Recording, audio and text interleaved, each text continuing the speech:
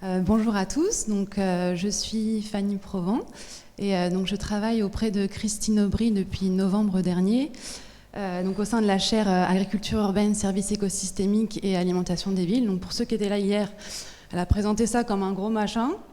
En gros, pour un peu préciser, c'est un projet qui va durer 5 ans. Donc un partenariat scientifique entre AgroParisTech et plusieurs partenaires. Donc actuellement, on a la Fondation d'entreprise Carrefour, la Métropole du Grand Paris et la mairie de Paris. Et donc notre grand objectif, c'est d'accompagner le développement de l'agriculture urbaine au service de la résilience des villes, pardon. J'ai un peu la gorge sèche à la fin. Et pour essayer de répondre à cet objectif général qui concerne tous les acteurs de la ville de demain, mais qui intéresse aussi nos partenaires qui nous ont rejoints. Donc, il y a notamment produire des aliments pour tous et donc vraiment pour tous. Là, on cible particulièrement les populations vulnérables. Parce que l'agriculture urbaine aujourd'hui, il y a une grande diversité de formes, une grande diversité de fonctions, mais de temps en temps, ça cible la production de produits de niche à haute valeur ajoutée, et ce qui a tendance à accroître les inégalités. Et donc nous, on veut essayer de voir, notamment dans la chaire, comment certaines formes d'agriculture urbaine peuvent finalement contribuer à une part de l'alimentation de ces populations vulnérables. Ensuite, on a un second axe qui est plutôt sur la durabilité et la diversité des modèles économiques. Il y a notamment une thèse qui a débuté en novembre dernier sur la construction d'un outil d'évaluation de la durabilité des fermes intra-urbaines professionnelles. Donc c'est vraiment les prémices de la thèse, mais on communiquera petit à petit sur ce qui est fait dans cette thèse. Un autre axe sur les services écosystémiques rendus, et enfin un axe plutôt former et outiller les acteurs de la ville. Plus spécifiquement, pour finir de présenter la chaire, grâce à des financements des partenaires et à différents partenariats, l'idée c'est de financer des stages, des projets, de réunir un certain nombre d'acteurs autour de la table pour soulever un peu les problématiques et tenter de répondre ensemble, parce que tout seul, on peut bien faire des choses, mais ensemble, on soulève d'autres questionnements et puis chacun apporte ses solutions. Et comment la chaire peut justement peut-être accompagner tous les questionnements qui se sont... tous les questionnements qui ont été soulevés pendant ces 2 dernières journées. J'ai plusieurs idées. En sachant que dans la chaire, on n'est pas nombreux. Il y a Christine, moi, une doctorante et une ingénieure de recherche. Donc je pense que l'idée, c'est nous en tant que... on fait partie d'AgroParisTech, donc on peut aussi agir en tant que connecteur entre la recherche, des étudiants, des potentiels stagiaires, et essayer de faire le lien avec vos problématiques de terrain, essayer de voir comment... par exemple, tel acteur va rencontrer une problématique sur le terrain. Nous, on peut dire, on peut formuler une offre de stage, permettre de répondre à ces problématiques-là.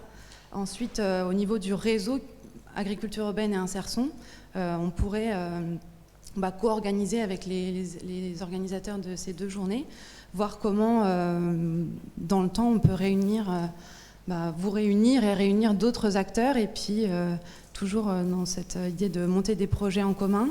Et puis plus on est nombreux, plus on a du poids, on va dire, pour trouver des financements. Parce que nous, on a déjà eu du mal à trouver un certain nombre de financements, donc on ne va pas pouvoir financer plein de projets, mais par contre, on peut construire ensemble et appuyer et être le lien vers des acteurs que vous n'aurez pas forcément l'occasion d'approcher. Donc je me mélange un peu les pinceaux, c'est la première fois que je fais ça. Mais une dernière chose, il y a quelque chose qui est revenu assez souvent, c'était notamment de ne pas forcément connaître ce que chaque structure d'insertion fait, ne pas savoir quels sont peut-être les freins, les projets qui marchent. Et donc, par exemple, ça pourrait être... on pourrait, par la chaire, financer, par exemple, un stage qui permettrait de recenser, par exemple, les projets qui associent agriculture urbaine et insertion. C'est une idée comme ça, mais qui pourrait permettre, par exemple, de faire un recensement de ces actions qui se font, en montrant peut-être les projets qui marchent, montrer les limites, et ça pourrait déjà permettre de mettre en lien les différents acteurs sur ce sujet, et puis voir ce qu'on peut faire ensemble là-dessus. Donc j'espère avoir été à peu près claire, mais n'hésitez pas. Je ne sais pas s'il y a des questions très concrètes, là, assez rapidement, parce qu'on a fini le débat, hein, donc c'est vraiment des questions pour expliciter ce que vient de dire Fanny concrètement. En effet, dans la liste des partenaires qu'on a évoqués, qu'on a rallongé tout à l'heure, on en a oublié un, qui est celui que vous proposez, qui est en fait la recherche et l'enseignement. Et moi, ça me paraît essentiel, surtout qu'on est dans un domaine qui est en exploration, et qui signifie finalement qu'on a beaucoup de questions pour lesquelles on n'a pas de réponse, et qui signifie aussi de mettre en place des expérimentations, des recherches-actions pour réussir, disons, à trouver de bonnes alternatives. Et je pense que par rapport à ce type de problématique, eh bien, des partenaires comme les vôtres sont essentiels. Et moi, je l'ai vécu alors ça, c'est pas en France, mais en Amérique centrale, mais avec une association qui accompagnait des personnes en difficulté en milieu rural. Et nous avions des conventions, en fait, avec différentes universités pour justement faire ce que vous proposez, c'est-à-dire pouvoir faire intervenir des professeurs avec des chercheurs, enseignants-chercheurs, et leurs élèves sur des questions que se posaient les habitants, mais également, par exemple, faire en sorte que des études soient réalisées par des étudiants, par exemple des diagnostics, etc. Et à moindre coût. Tout à fait, et surtout que ce qu'on peut aussi apporter, c'est notamment de pouvoir donner des chiffres appuyés par une démarche un peu, comment dire, pas concrète, mais en gros posée sur un rapport. Voilà ce qu'on a étudié, on a analysé telle et telle structure d'insertion. On voit que d'essayer, de valoriser ce que vous faites sur le terrain, de le structurer un petit peu, et puis pourquoi pas porter cette voix un peu plus haut. Donc nous, on essaye de faire ça aussi dans un réseau qu'on a créé l'année dernière sur agriculture urbaine et alimentation des populations vulnérables. Donc on a déjà fait 2 rencontres l'année dernière, et on essaye d'en faire 2 fois par an. Donc c'est un réseau qui réunit à la fois des ONG, associations, donc il y a notamment ATD Quart Monde, la Croix-Rouge, le Secours populaire français, donc la Fondation d'entreprise Carrefour, qui est notre partenaire et qui soutient beaucoup de projets sur cette thématique-là, et aussi la recherche. Et en fait, déjà, ce qui est intéressant, c'est qu'on réunit des acteurs qui, normalement, ne collaborent pas ou ne communiquent pas forcément ensemble. Donc ça, c'est important. Et ensuite, en permettant un lieu de rencontre et d'échange sur ce qui est fait, les problématiques rencontrées, et finalement d'aboutir à des fois des stages ou même une étude qu'on mène au sein de la chaire sur la transformation des produits de la huppe par et pour les populations vulnérables. Donc ça a été issu de ce réseau notamment. Et donc grâce à ça, finalement, on essaye de construire on va dire, on n'en est pas encore au stade de plaidoyer, mais de construire des réflexions et de pouvoir en discuter à d'autres niveaux, et de donner un peu de poids à ce que vous faites en fait sur le terrain. Donc, je pense que ça peut être intéressant. Est-ce qu'on clôture là les débats? Je sais que le mot recherche-action plaît beaucoup à Julien, qui est beaucoup dans cette dynamique-là. Je ne sais pas si tu veux dire un mot pour conclure. Oui, effectivement. Nous, on va engager effectivement avec Christian Duterte, vous l'avez entendu hier, sur 3 ans, différentes logiques de recherche-action qui portent sur la question du travail dans les SIAE, mais aussi les modèles économiques et puis les stratégies territoriales des SIAE. Donc, on pourrait être intéressé à ce qu'un réseau de l'IAE puisse éventuellement participer avec nous de cette analyse étude de cas qui va se porter sur 1 an, puis reproduit sur 2-3 ans, donc on a aussi besoin de partenariats. Moi, je suis absolument ravi de ces 2 jours, puisque l'intuition, quand Cassilde, on s'est joint, enfin en décembre, etc., de dire on pourrait faire une synergie interassociative. C'est vrai que nous, on était partis sur le principe de faire un colloque au Cannes, parce que bon, on avait des trucs à dire, des trucs à présenter, etc. Mais le pari de faire de l'interassociatif est super enrichissant et vraiment c'est très très intéressant pour nous. Ça nous oblige vraiment à se rencontrer, ça nous a permis de découvrir plein d'autres réseaux, de se rendre compte de la richesse des projets. Donc ça c'est vraiment très très positif. Voilà, donc les différentes pistes de sortie, on les a tous entendues ici. Il y a la chaire agriculture urbaine. C'est bien en réponse aussi à la sollicitation de Christine Aubry il y a plus d'1 an maintenant qu'on se retrouve ici aujourd'hui. Donc c'est une forme de réponse, de poser la question de l'IAE dans l'agriculture urbaine et de le faire ici. Je proposerais déjà qu'on le refasse dans 1 an, par exemple. C'est pas si compliqué à monter, il y a un peu de taf, mais bon, c'est pas, voilà, on pourrait le refaire. D'ici là, on pourrait aussi, avec vous, envisager des visites de sites en France, parce que c'est encore là qu'on voit le plus de choses et qu'on peut discuter, etc. Donc nous, on a un certain nombre d'inscrits. On a fait l'année dernière 2 visites nationales. On peut en reprogrammer, mais surtout d'autres réseaux peuvent en programmer et en proposer. C'est pas compliqué, on prend le train, on trouve un minibus et puis on va visiter pendant une journée un site et on revient avec aussi beaucoup d'éléments de terrain, etc.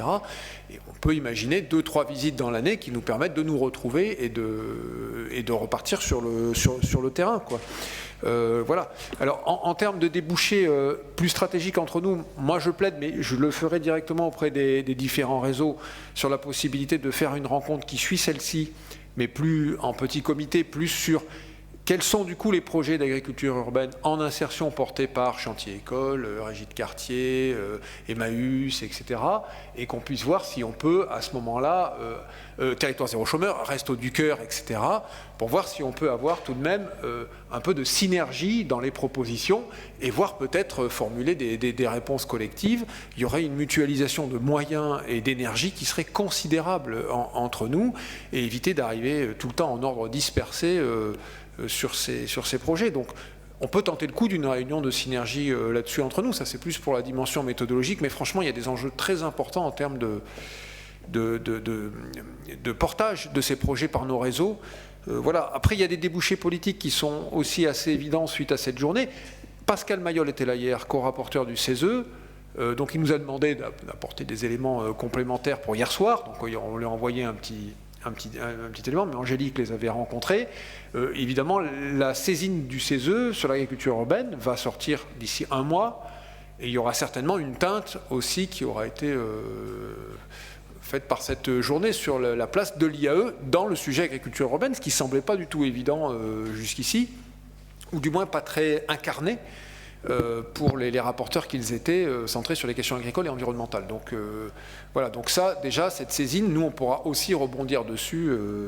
Le Conseil d'inclusion dans l'emploi prépare également la réforme de l'IAE avec un rapport. Il se trouve que dimanche, le président du Conseil d'inclusion dans l'emploi, Thierry Gully, est revenu vers nous en disant pouvez-vous nous repréciser ou actualiser votre projet sur ces territoires d'insertion dans l'agroécologie. Voilà, donc il y a une demande, c'est-à-dire le Conseil se rend bien compte, en lien avec le ministère de la Transition écologique. Donc il y a bien une demande qui revient du Conseil d'inclusion de l'emploi en disant il y a peut-être un focus à faire sur territoire inclusif de transition écologique. Voilà. Tout ce qu'on a parlé, toutes les initiatives, etc. Donc on va essayer de lui pondre un truc et voir si on peut rebondir dans le débat sur le rapport qui sera présenté à la ministre du Travail.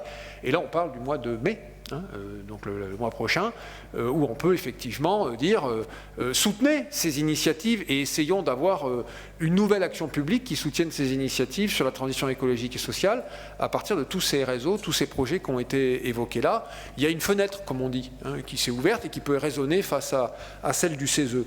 Voilà. Et puis dans 1 an, il y a les élections municipales. Donc peut-être que notre colloque pourrait avoir une dimension de plaidoyer plus importante à la veille, puisque là, imaginons qu'on est dans 1 an. Alors, Dieu sait dans quelle situation nous serons, mais en tout cas, on sera à la veille des élections municipales, qui, je le rappelle, précèdent les élections des EPCI. pour les comités d'agglo de communes et de métro. Hein. Voilà, donc c'est peut-être là qu'on pourra faire un colloque plus sous la forme d'un plaidoyer.